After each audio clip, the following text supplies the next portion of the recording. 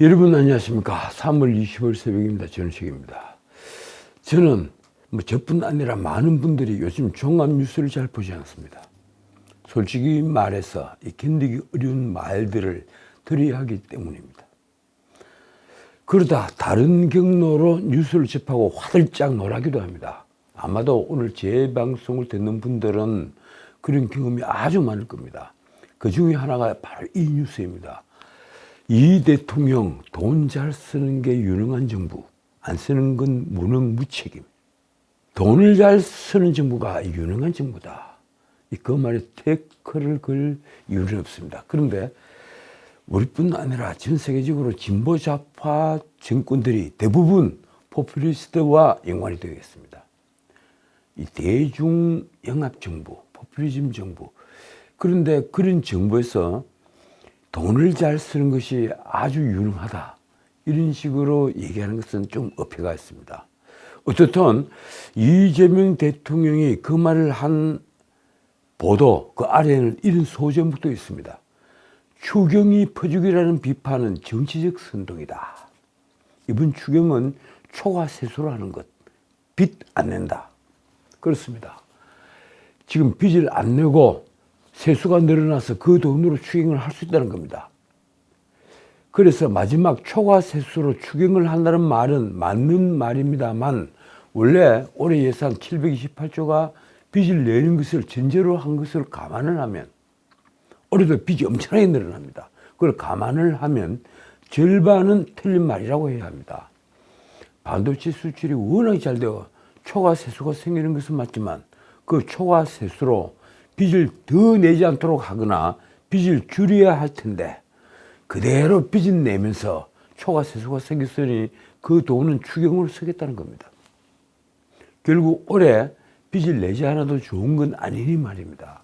어쨌든 이재명 대통령은 어제 24일 청와대에서 열린 국무회의에서 정부가 준비 중인 추가 경정 예산과 관련해서 원래 정부는 국민에게 돈을 쓰는 것이라며 이런 역사에 남을 말을 했습니다. 한번 들어보십시오. 잘 쓰는 게 유능한 것이고 안 쓰는 건 무능한 데다 무책임한 것이다. 솔직히 말해 저는 감탄을 했습니다. 이런 말을 천연덕스럽게 할 수 있는 데서 이재명이 윤석열보다 리더로서 더 뛰어난 점이 보인다는 것을 알 수 있습니다. 윤석열 대통령은 이런 말을 전혀 하지 못했죠. 이재명은 이번 추경이 중동 사태에 대응을 하기 위한 꼭 필요한 대규모 추경 편성이라는 것을, 그러니까 전쟁 추경이라는 것을 다시 한번 각인시키는 것입니다. 지난 20일 이재명 정권은 당초 예상보다 훨씬 큰 규모인 25조 원 가량의 추경을 마련하겠다고 밝혔습니다. 전쟁 추경이라고 했습니다. 반도체 호황 등으로 예상되는 의회의 초과 세수 대부분을 추경에 투입해서 그 돈을 풀겠다는 것입니다. 이재명 정권 역시 그런 돈 풀기의 유혹에서 벗어나지 못하는 것은 지지를 받겠다는 정치적 목적도 있지만 그런 돈 풀기가 없으면 당장 고환율 고물가, 특히 고유가에 직면한 서민 경제가 엄청난 타격을 받기 때문입니다. 당장 오부제를 실시하지 않습니까? 자, 그래서 이제 이재명은 어제 낙간지러운 말까지 했습니다. 추경이 퍼주기라는 비판은 정치적 선동 때문에 생긴 오해다. 정말 이 말을 듣고 깜짝 놀랐습니다. 이재명은 지원하는 게 나쁜 게 아니다라며 이렇게 설명을 했습니다. 국민 여러분이 낸 세금이다. 퍼주는 게 아니고 남의 돈이 아니고 국민이 낸 세금 일부를 효율적으로 되돌려 드리는 것이다. 자, 문제는 그 다음입니다. 이재명 정권은 아마도 추경 중에 상당수를 지역화폐로 지급할 모양입니다. 그래서 이런 말을 했습니다. 이번에 추경을 편성하고 나면 왜 퍼주느냐? 왜 지역화폐로 주냐? 네 돈이냐? 이럴 가능성이 높다. 혹시 그런 얘기가 있더라도 혼선이 없었으면 좋겠다. 이 선거를 앞두고 결국 민생회복기금 이런 돈을 풀겠죠. 또 돈을 풀겠다는 겁니다. 이 문재인 정권 때 총선을 앞두고 돈을 풀어서 당당히 효과를 봤죠. 물론 돈을 직접 배급이 된 것은 선거 직후였지만 말입니다. 이재명은 여기서 아주 중요한 말을 했습니다. 현금으로 주는 것보다 지역화폐로 지급하는 게 돈이 빨리 돈다. 돈이 안 도는 건 경제 침체이고 돈이 천천히 도는 건 문제다. 돈을 쓰게 해야 한다. 저는 대선 전에 나왔던, 다들 기억하시죠? 호텔 경제학. 그 호텔 경제학을 다시 말씀드리지는 않겠습니다. 다만 목마른 서민과 중산층에게 현금이든 지역화폐든 그 무엇이든 지급된다 해도 그 역시 소비 확대와 직접 연결되지는 못한다는 것입니다. 이미 과거 민생회복기금 같은 돈이 지급이 됐을 때 나중에 검증한 결과가 다 보여줍니다.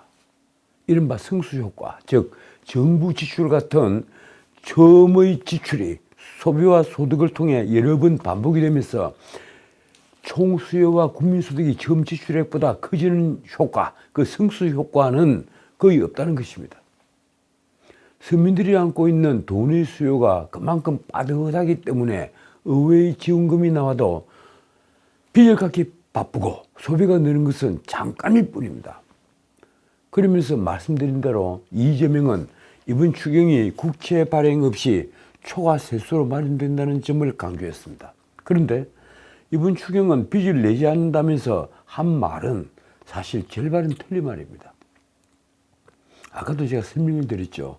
이재명은 작년 하반기 정치적 안정도 되고 이런저런 조치로 인해 경기가 살아나면서 예상된 세수가 대폭 늘어났다고 했습니다. 그런데 이번 초과 세수는 이재명이 말하는 정치적 안정 때문이 아니라 삼성전자와 SK하이닉스가 고대폭 메모리 HBM으로 반도체 패권을 가지고 오면서 벌어들인, 그러니까 반도체 수출로 인해서 벌어들인 천문학적인 돈이 가장 큰 효자노릇을 했습니다. 그래서인지 이재명은 그 말 뒤에 다시 무시무시한 말을 덧붙였습니다. 만약 초과 세수가 없었다면 빚내서라도 해야 한다. 이럴 때 쓰자고 빚이라는 제도가 있는 것이다. 도대체 우리 국가 채무가 지금 1300조를 넘어 1400조를 향해 달리고 있습니다. 그런데 국가의 통치자가 이럴 때 쓰자고 빚이라는 제도가 있다, 이런 식으로 표현을 하고 있는 겁니다. 그 뒤에 이재명이 붙인 말입니다. 어려우니까 허리띠 졸라매자고 하면 큰일 난다. 영양실조 걸린 사람한테 참으라가 아니라 돈을 빌려서라도 영양보급을 해야 한다.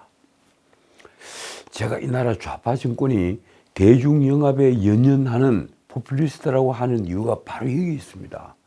빚을 내서 배를 채우는 버릇에 길들면 결국 그 빚을 짊어진 미래 세대는 더 가혹한 환경에 내몰려서 다시는 일어설 수 없기 때문입니다. 지금 국가 채무를 늘리는 일은 바로 2030에게 그 엄청난 빚을 짊어지게 해주는 겁니다. 포퓰리스트 때문에 나라가 망하는 것은 많은 예가 있습니다. 그리스, 아르헨티나가 바로 그 증거입니다. 자, 어제 이 나라의 준사법기관인 검찰청이 사라지는 법안이 국무회의를 통과했습니다. 검찰이 수사기능을 없애고 공소청과 중수청을 신설하는 법안인 공소청법, 중수청법 법률공포안을, 그러니까 국회에서 통과돼서 넘어온 그 법률공포안을 심의 의결한 것입니다. 두 법안은 10월 2일 시행됩니다. 10월 2일이 되면 대한민국 검찰청은 이제 사라집니다.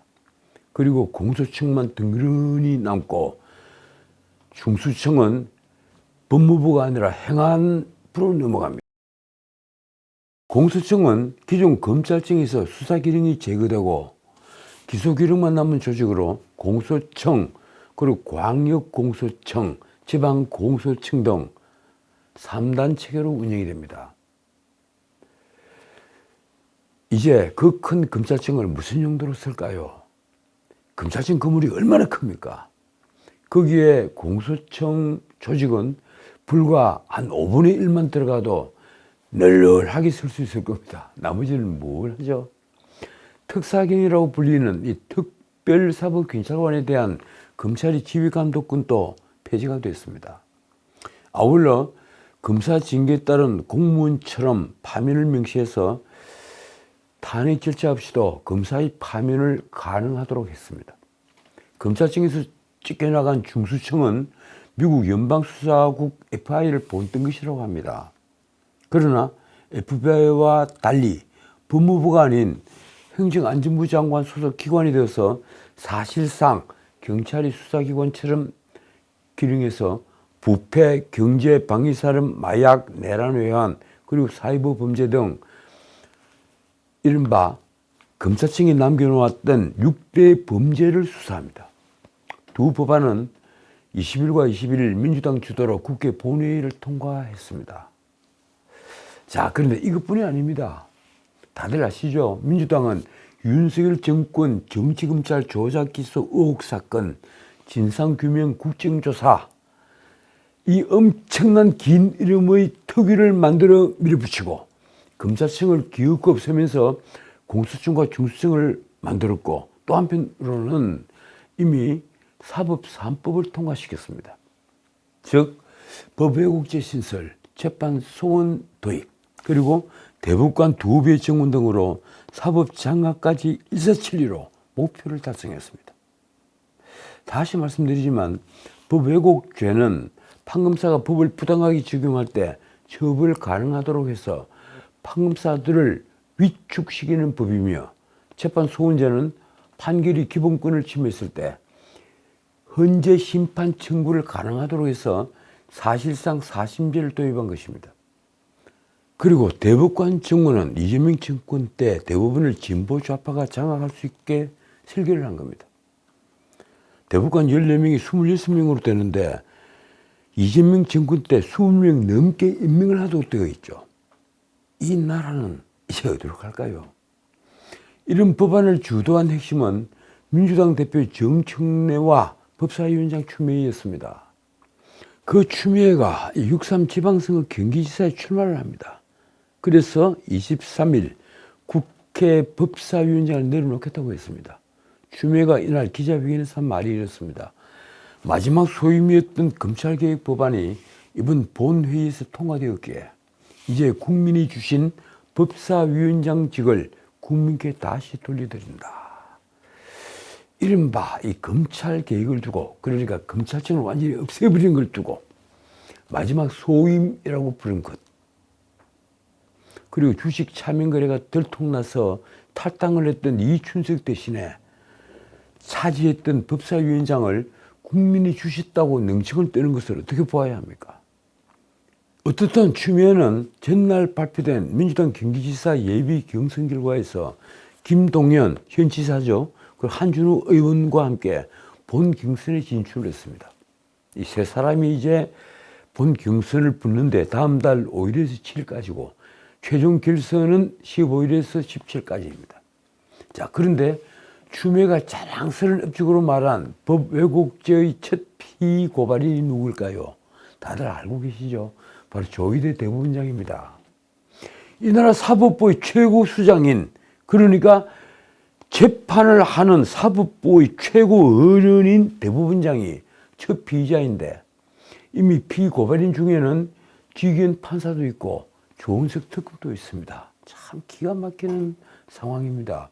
게다가 법 왜곡죄가 지난 10일 시행한 이후에 일주일여 만에 경찰을 상대로 한 고소고발도 여럿 나왔다고 합니다. 박정보 서울경찰청장은 23일 기자간담회에서 법 왜곡죄 혐의로 경찰 수사관이 고소고발된 사례가 3건이나 있다고 밝혔습니다.